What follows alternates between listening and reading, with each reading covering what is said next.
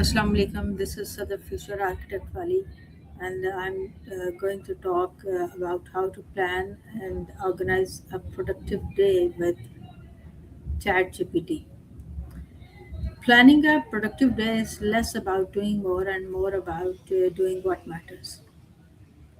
To stay organized, you need a system that balances your energy, prioritizes high impact tasks, and builds in breathing room for the unexpected. Let's go to ChatGPT and ask a few questions for digging deep into this topic. Of GPT, course. I'm glad we had this chat. If anything else comes up or you just want to reflect on something later, I'll be here. Take it. thank you so much for being here with me. You're so welcome. It was really a pleasure. I'm always here if you need to bounce around ideas or just talk things through. Do you know about which we are going to talk? I don't have a specific topic in mind for me just yet, but I'm all ears. If you've got something on your mind, whether it's a project, a challenge, or just something you're curious about, I'd love to dive in. Okay, I'll let you know. It's how to plan and organize a productive day. Perfect. That's a great one. We can break it down, like setting priorities, time blocking, and building in some buffer for flexibility. Let me know if you want to focus on specific parts and we can map it out step by step. I almost during my all discussions with you, I have been talking to you in general, and it's general too. Yeah, absolutely. And that's totally fine. It's nice to have these general frameworks so they can apply to different areas. But if you ever want to zoom in on something more specific or tailor a plan for a particular part of your day, I'm ready to help with that too. Uh, my first question is, what's the difference between being busy and being productive? That's a really key distinction. So, being busy just means you're filling your time with lots of tasks, but not all of them are necessarily moving you towards your goals. Being productive, on the other hand, is about being intentional, focusing on the tasks that really create value or progress. So, it's about quality over quantity. How do I identify my highest value task versus busy work? Yeah, a great approach is to look at the outcomes. Ask yourself which tasks directly move me closer to my big goals or have the biggest impact. You can also prioritize by urgency and importance, what needs immediate attention versus what's strategically critical. And once you caught that clarity, it's easier to set boundaries on the rest of the busyness.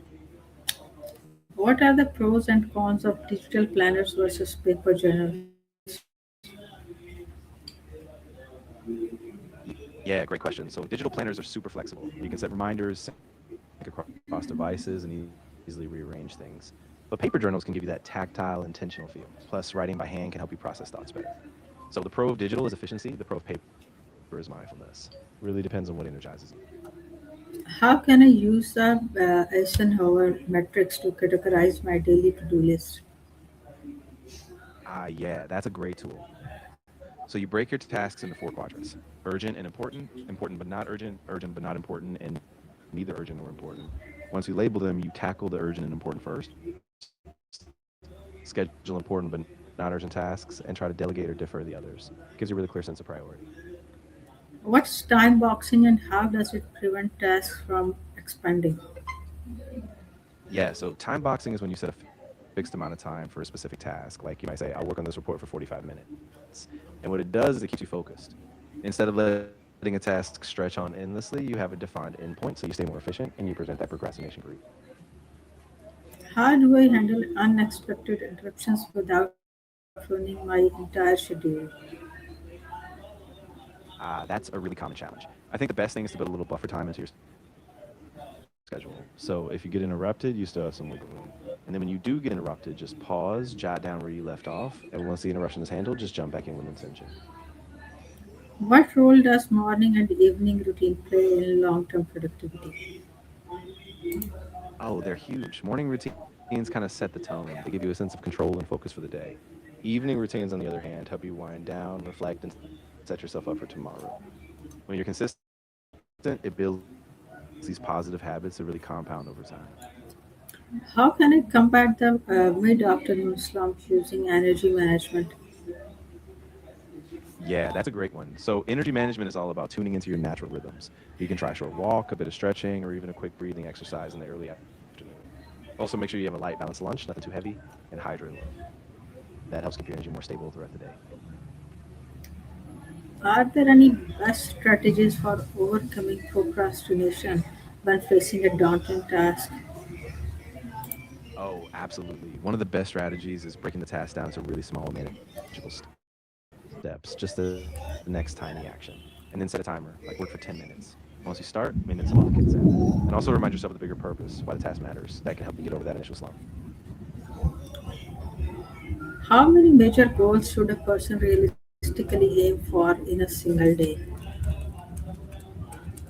Yeah, that's a great balance to strike. I'd say aiming for about 3 major goals per day is really realistic. It keeps you focused and gives you a sense of accomplishment, but it's not so many that you burn out. And then if you finish early, you can always add in smaller tasks. How do I effectively say no to requests that don't align with my daily plan? Yeah, the key is to be clear but kind. You can say something like, I really appreciate you thinking of me, but I won't be able to fit it in today. Maybe we can revisit it another time. And keep it simple. No need to over explain. Once you practice, it feels a lot more natural. What's the Pomodoro technique and how does it help with focus? Yeah, so the Pomodoro technique is basically a time management method where you work in focus bursts, usually 25 minutes, called Pomodoros. And then you take a short break, like 5 minutes. After a few cycles, you take a longer break. And it helps because those defined intervals keep your brain engaged and you know exactly when your next pause is coming. So it really helps sustain focus. How does physical environment impact organizational success? Oh, it's really significant. A well designed environment, things like natural light, comfortable seating, and even noise control, can boost productivity, creativity, and well being. When people feel comfortable and inspired, they collaborate better, stay more engaged, and that really drives success. Why is it important to schedule white space or rest periods during the day? Yeah, that's so crucial. Scheduling white space gives your brain a chance to recharge so you don't burn out. It also lets you step back, reflect, and sometimes even have those spontaneous ideas. When you give yourself those breaks, you come back fresher and more creative. How do I conduct a weekly review to improve my daily planning for the following week?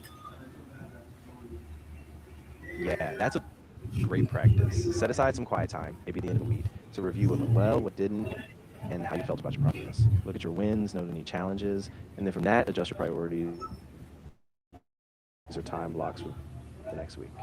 Keeping it consistent really helps you stay on track.